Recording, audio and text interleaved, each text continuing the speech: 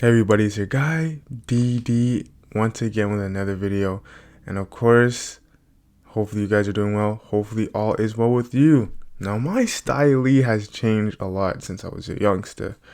When I was young, I wished I could dress like people who inspired me in fashion. I didn't have the resources nor the funds to dress like Ye, Pharrell, or ASAP. As I got older, right after the jerking era, the Swagboy era commenced. I was a part of both eras.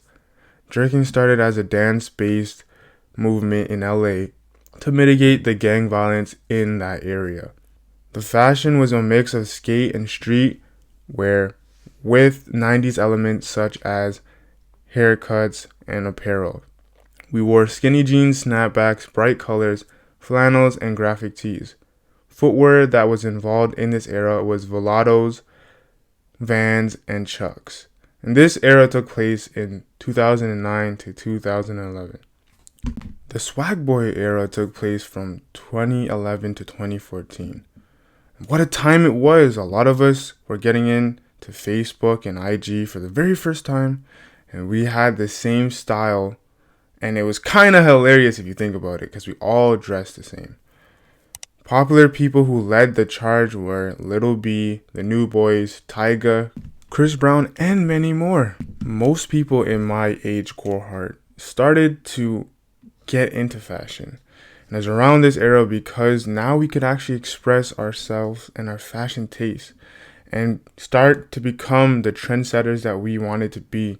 In this video, I'm going to talk about this era and the significant pieces that we wore in this area and this period of time.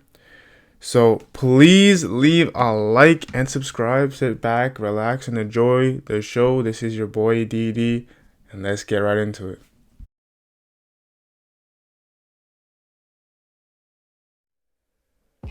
Yo. So check it out. I'm gonna break down some of the items that we used to wear. But first, let me just tell you one thing. Your boy got a fresh cut, yo. Had to cut the crop off and then go with it, but we're rocking with it now. We're doing our thing. So yo, let's get right into it. So in the Swagboy era, we got tops now. So one thing that we used to wear a lot back in the early 2010s is the jean vests and the jackets. Those are the things that we used to wear a lot. So a lot of us had jean jackets, whether it be Levi's, True Religion, which is a brand that is disgusting and vile. I never would be caught dead in those. But yo, we had that, and we had the jean jacket vest. Alright? And I think I still have one of my vests. If I do, I'll put it in the video. If I don't, I won't put it in. But we had the jean vests on deck all the time. Everybody had at least one jean jacket or a jean vest. Another one that we had is 90 inspired tees. So mainly sports tees at this time. There wasn't really that much rock tees that came out later on into 2010s. But mainly just mainly just sports tees. So your Chicago t-shirts or your, I don't know, like maybe a rap t-shirt, but not the bootlegs that you see nowadays. You just see like a graphic tee from like Walmart or Target or Target if you're fancy. So you'd see that stuff around in the early 2010s. Your Tupac tees, your Biggie tees, all that stuff. Anything Bulls, Raiders, and White Sox. And I'm guilty for all three of those things. And I think there's one more. It's the LA Kings as well. So actually I was guilty for all four. I had a beanie, and I had the snapbacks, I had bucket hats, I had a Raiders jacket in 2013, 2014. So I had everything with those teams. It's because a lot of that time period, we only wore stuff that was black, gray, white, so grayscale, black scale, and then you would have your reds. Brands that are notable in this time period that you guys have seen. So you guys know about Supreme and the box logo. Well, before Supreme, was really booming off because it started off during the Swagboy era. We had Obey, and that brand was probably one of the most quintessential brands in that era. Everybody wanted one, everybody had one, whether it be the box logo t-shirt, the beanie, the hoodie, doesn't matter what it was. Booger kids, I had the rock, paper, scissors, like Mickey Mouse hands. Crew neck, trust me, a lot of people had that as well, and people wore crew necks a lot too.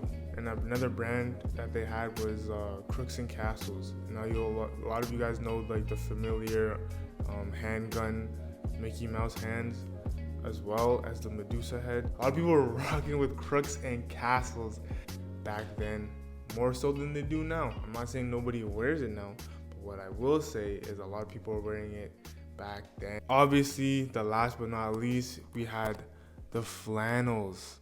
Now the flannels, definitely people still wear them today. Obviously, a lot of the Travis Scott fans love wearing flannels, and you don't even have to be. You can be a skater as well.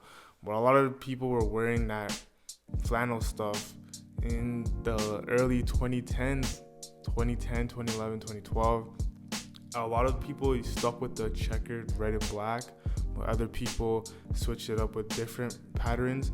But needless to say, there were more, like I said, grayscale colors and grayscale themed, not like your pinks and reds and not your pinks and your blues type of thing, but just all cohesive to the whole movement where it's darker colors and so on and so forth. And regular button-ups, but it would just be basic, so there would be like a jean colored button-up or just a plain black button-up, plain white button-up, so nothing too crazy, especially with patterns. So that's what we wore for tops. So if you want to learn more about this era, I'm going to talk about it in the next video. We're going to talk about the bottoms, accessories, and we're going to talk about what we had on our feet. So stay tuned for that video. This has been your boy Darius, and I'm signing off once again. So y'all just chill till the next video. Why? Because your boy DD is definitely out of here. Y'all stay suave.